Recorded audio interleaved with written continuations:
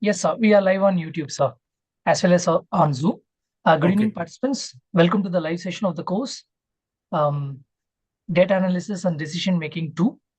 Our instructor, Professor Raghu Nandan Sengupta, sir, is here with us, along with our teaching assistant, Ms. Pia. Kindly join in and feel free to ask your doubts. Thank you. Over to you, sir. Okay. Okay. Thank you, Mr. Murli, and thank you, Ms. Pia Ghosh. They are the respective NPTEL coordinators who are manning this live session for DADM2, and Ms. Pia Ghosh is the TA. So one set of queries had been sent by the participants earlier, which are available with me. I'll answer them. And before that, any questions which are there both in the YouTube session as well as here, I'll try to answer that. And whichever it is, the time duration for the whole live session is 30 minutes. But as you know, for other courses, as it had happened, if the queries go on for long, we are most welcome and we'll continue discussing as it takes to answer all the queries raised by the participants and the students. Thank you.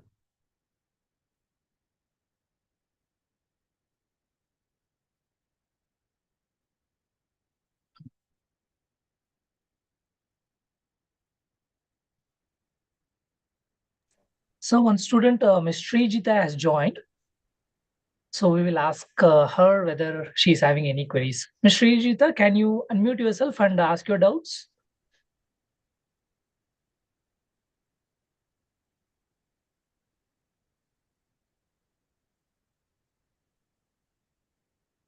Maybe we will give her some time, so we can continue with that Google form questions first.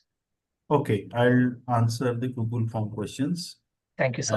as they are available with me. So there are Mr. Vijay has asked, Mr. Pranav has asked, Mr. Yasir has asked, and Mr. Suman has asked. And Mr. Suraj City has asked, there is no question from the faculty member. Professor Suraj City is the faculty, he has no questions. If at all Professor Suraj City joins and if he has questions, we will be most welcome. We'll take the questions and handle it. Mr. Vijay, the student is asking, I have these doubts for week 2 and week 3. Week 2, how can we estimate decision makers utility function in practice when preferences are not clearly stated? Now, if you remember, we have discussed a simple example, considering the DADM2 course and the coverage which was there in that course. We had considered an example where a thought out experiment was discussed where two different decisions are given.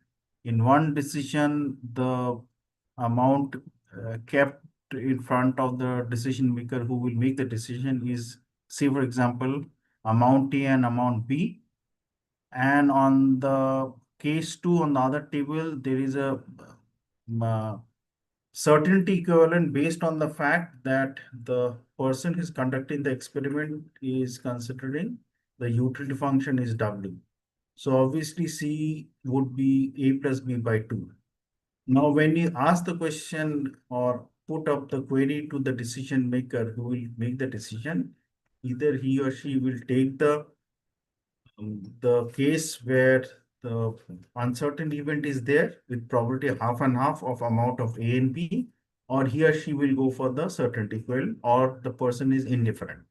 So in case if the person is indifferent, then the person is taking considering the risk or the expected value in a sense that it is same for both of them. Hence, the person would be marked as a person who is indifferent for both the decisions. If the person takes the certainty event, which means that for him the amount of risk for the uncertain event is higher, risk part I'm talking about. And if the person goes for the gamble that with probability half and half, then the person is willing to take the risk. So as you keep changing the values in A and B, you slowly portray the risk profile of that decision maker. The experimenter will be able to plot the risk profile of the decision maker, and he or she will at least get an estimate that the person is risk loving person, risk hater person, or risk indifferent person. Now, apart from that, there are definitely other simple examples, simple experiment which can be conducted, but I have not discussed that in the course because considering DADM 2 or DADM1 and corresponding to DADM3 mainly pays emphasis on the concept of data analysis. But I thought that utility function was important, hence I discussed as far as possible the basic tenets of utility function.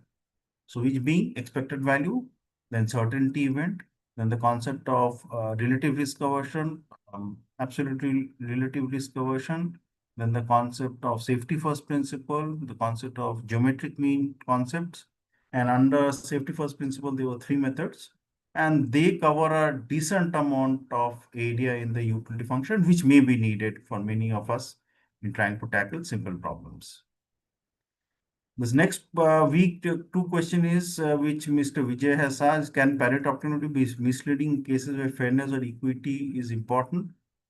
Pareto optimality you are considering Pareto optimality in the case where people are rational. But if you want to be fair and equity based on the social concept, obviously Pareto optimality may not be the right answer to tackle. Because if you remember, I had mentioned time and again in the course that the concepts and the ideas which are being discussed are more from the quantitative theoretical viewpoint.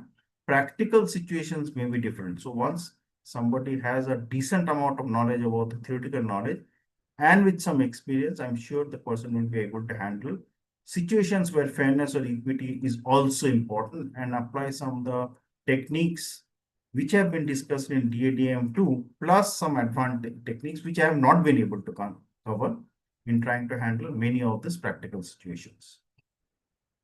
The next question, again, there are two parts Mr. Vijay has for week 3. How do we decide the right level of detail when constructing decision tree? The right level of detailing which is needed for the decision trees basically depends on experience and the amount of data which is provided. Now, if you remember the two examples which are considered, one was in the case where the concept of unconditional probability was there, and in the second case, conditional probability was there. Conditional probability is very important, and as you know, in considering the concept of Bayes theorem, many of the problems, if the information set is complete and you are able to delineate along with your experience, the decision tree to the maximum possible extent, you can solve the problem very nicely with quite good and interesting results. But as I mentioned in the course, the decision tree are just tools to make informative and objective decision. But obviously, if there are other sets of information which are available or other tools are available, people should definitely try to utilize those also in trying to collect all the decisions from different tools and make the right choice. The next part is part B is in what cases do decision trees becomes less reliable compared to probabilistic models. See, I would not say decision trees becomes less reliable, but in the probabilistic model, the concept of interest rate, concept of expected value, concept of variances are not in probabilistic models are not considered because I've tried to utilize the concept of decision trees using both the financial concept as well as the expected value in order to give you a much more holistic view about the decision trees.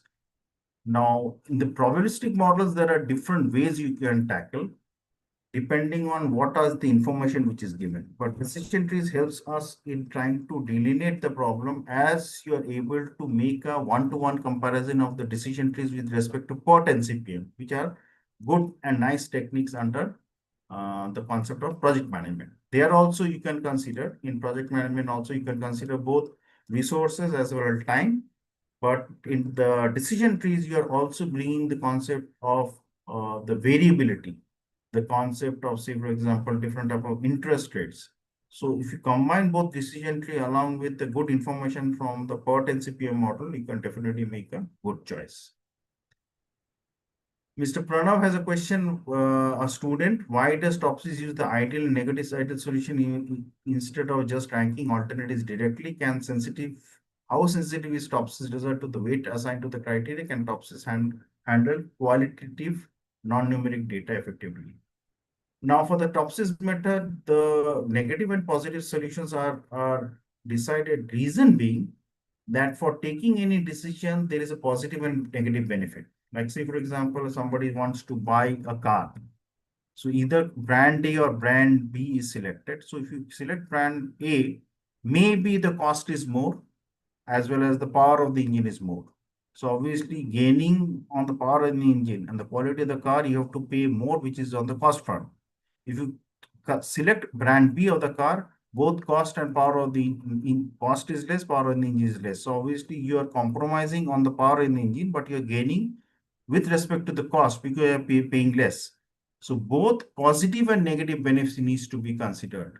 Hence, the positive and negative ideal solutions are considered in order to rank both on the positive front as well as the negative front, and then make a compromise based on that, which basically suits the requirement of the decision maker. How sensitive are topsy result to weights?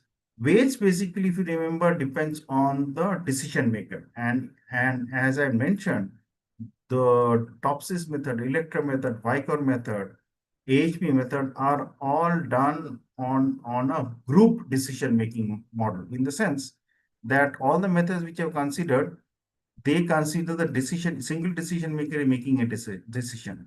And then you collectively have all the different decision makers. If there are three of them, you collectively consider all the three decision makers combined um, ranking based on the Topsys method or the Electra method.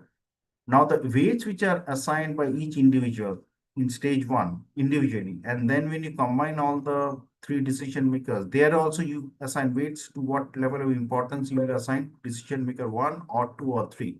So that will depend on the person who is doing the decision making, his or her experience, what is the set of information which is available, and how reliable the decision maker thinks that decision maker one, two, and three have been able to come arrive at the answer. So based on that, the weights are assigned. Now, obviously, there is no sure shot method or deterministic and 100% foolproof method of assigning the weights.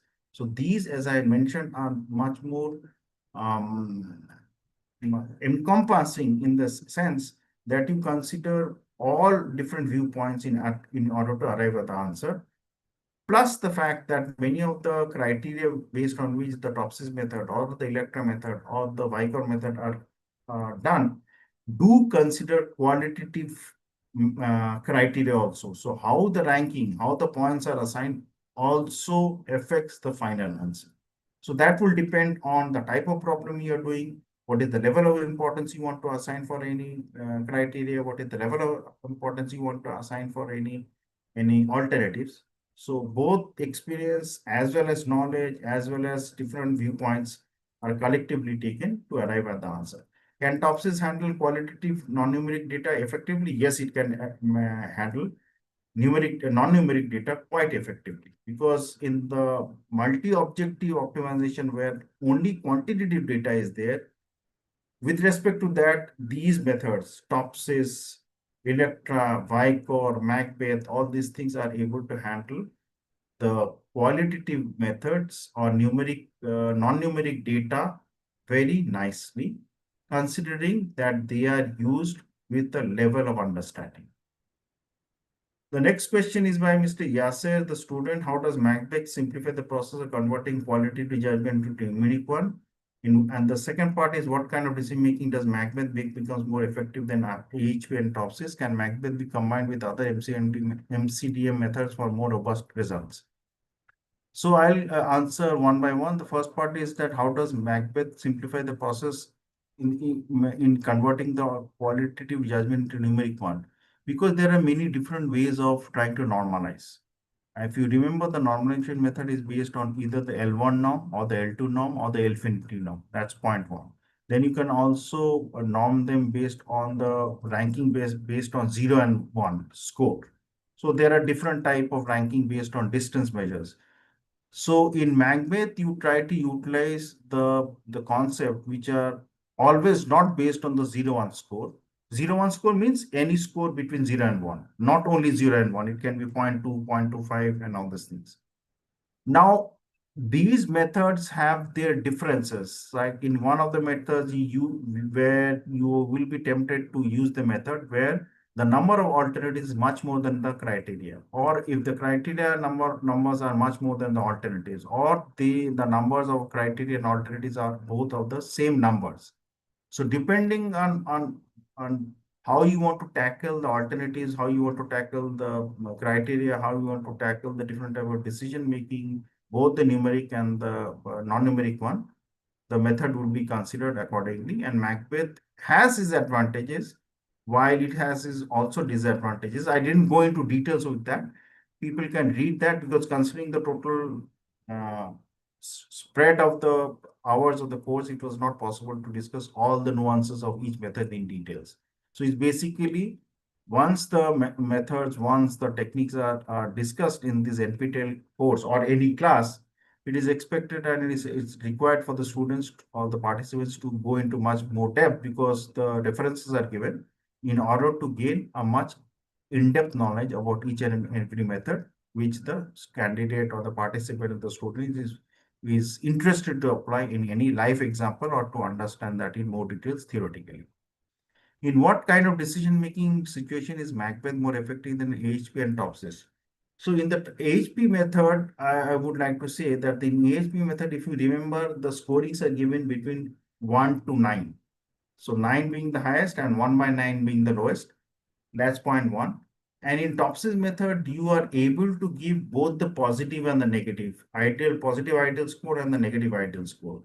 While in the Macbeth method, it may not be possible. So depending on whether you want to lay emphasis on only positive one based on the fact of the AHP, or you want to give importance both for the negative and a positive one, or you want to lay more stress giving the higher weights to the case for the decision making, you will select the method which basically suits the requirement and the problem which you want to solve.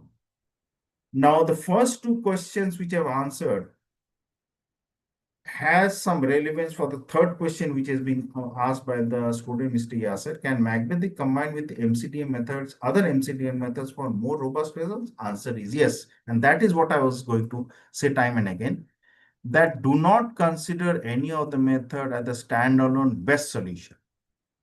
So there are two techniques. One, you want to understand the methods, how they can be applied both theoretically and practically. And if you want to apply them practically, the examples which I have done in the course, or if you read the examples from the book, it's best to apply any of this technique, any of this method for a selected problem, check the results and check the practicality of the results. So obviously there is not a single method which is a solution to any sort of problem. So it has to basically depend on the experience. It has to depend on the context in which the problem is being utilized. It depends on the in-depth knowledge the participants or the decision maker has. It also depends on how the information has been given, whether the amount of white noise or whether amount of external factors are affecting. So based on all these things, the method should be utilized. But yes, not combining them, if we want to basically utilize them on a standalone basis, in the simplest sense, it is best to apply the MCDM techniques individually and then compare them, so that you will get a very good knowledge about all the different type of MCDM techniques. The next question is raised by Mr. Suman, a student, how to make a career in data analytics. This I would not be able to answer, and this is not the right forum to answer, because this is more of a course related query, not about career building in data analytics or any other field. Thank you so much, sir, for answering those queries posted via Google form. So we have two participants who have joined here on directly on Zoom, Dr. Kapil Kumar Agarwal and Ms. Srijita. Do you have any queries, Dr. Kapil?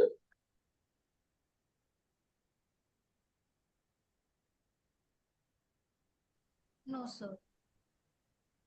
Okay, Okay. Srijita says no. No, And, and Hello. Dr. Kapil, yes, Dr. Kapil, yes. Sir, actually, I just want if it is possible, please you share the PPTs for this course. Actually, sometimes the videos, the thing is, it's not able to watch the whole videos, na? So if it is Okay. possible.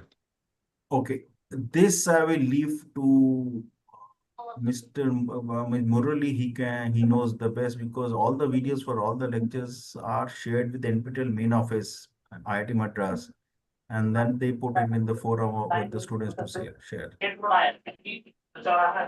Sir, I just checked the portal. The lecture notes, that is the PPTs, are not available on the portal. I will just check with the team member who is handling Yes, this particular course. lecture notes are there, and the books is also there. But if it is possible for the PPTs, Yes, PPTs only I'm talking about, sir. Yes. We will check with our team member who is directly handling this particular course, Right. and we will try to upload the PPTs as soon as possible. Right, sir. Thank Mr. you. Murali, I think I'm sure about that for all the courses which I'm teaching.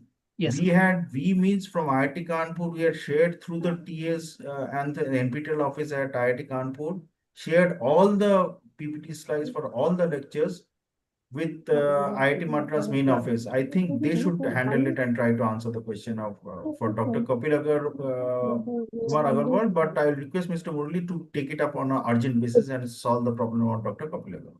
Definitely, sir. I will do that, sir. Thank you. Thanks a lot, sir. Okay, Thank you, sir. So do you have any other queries related to the subject, sir? Please feel free to ask Raghunandan, sir. Specifically related to the subject, you can ask, sir.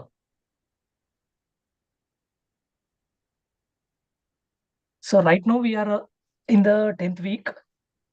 2 more weeks to go. So till 10th week, if you have any doubts related to the subject, please feel free to ask. Sir, can we wait for 2-3 minutes? Sure. I have no problem. I can wait. But Sure, amongst all the queries, Dr. Kapil Kumar Agarwal's query, I think should be solved as soon as possible because from IIT Kanpur side, both you and the TA, Ms. Pia Ghosh or myself or NPTEL office have completed all the work of sharing their PPT slides much earlier because this is not the first time the course is being run. This is maybe the third or the fourth time. So the slides and all the things should definitely be available with IIT Madras. They should share it, but kindly follow it up on an urgent basis. This is my earnest request. definitely, sir. We will do that, sir.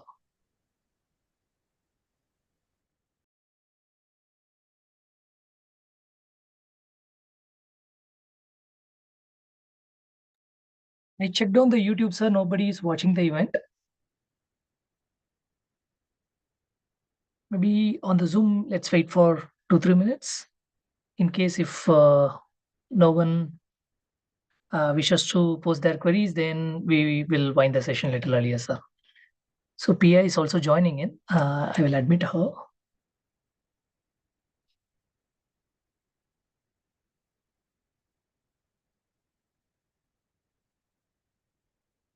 Hi, Pia.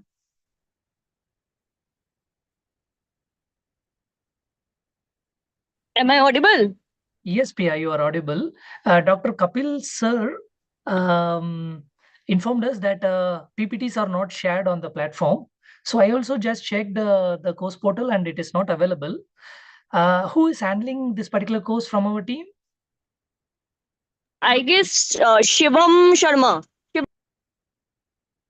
Okay, fine. Then I will just check with that particular person and we will try to upload it as soon as possible. Okay. I can just upload it tonight only. I have the Sure. PPT. Right. Ms. Pia Ghosh, am I audible? Hello.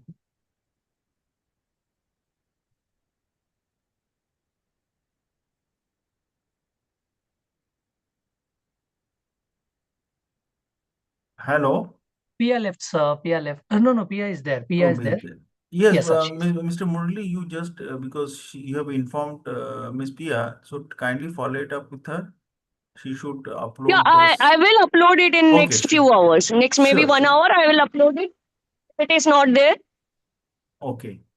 Yeah, or else Pia, you can pass on the files with us. We will do the things because configurations we are taking care of. It's better. Okay, fine. Yeah. I have the consolidated file for 12 weeks. I'll Okay. share it with you. Yeah, thank you. Thank you. That will be good. Yes. Yeah, that would be good. Thank you. Thank you. Yes, sir. So, Thank you so Dr. much. Kapil Agarwal, your problem will be solved within a couple of hours.